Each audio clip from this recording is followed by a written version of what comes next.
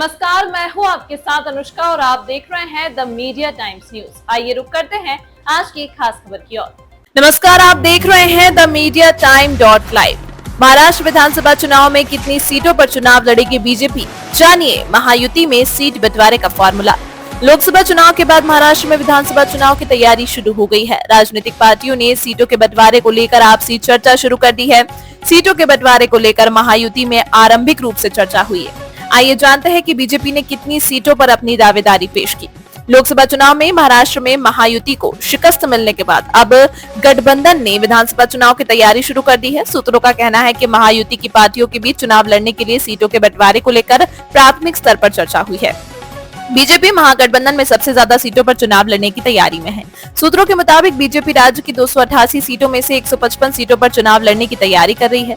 क्या बीजेपी के इस फैसले से शिंदे गुट की शिवसेना और अजित पवार गुट की एनसीपी सहमत होगी?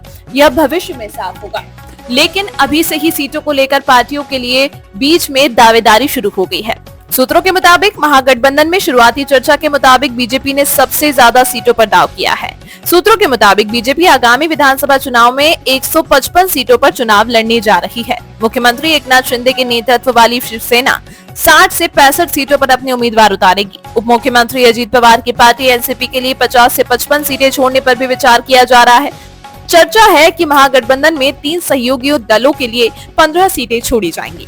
इस अंक में फिलहाल इतना ही। इसी तरह की खबरों को देखने के लिए बने रहिए द मीडिया टाइम्स न्यूज के साथ।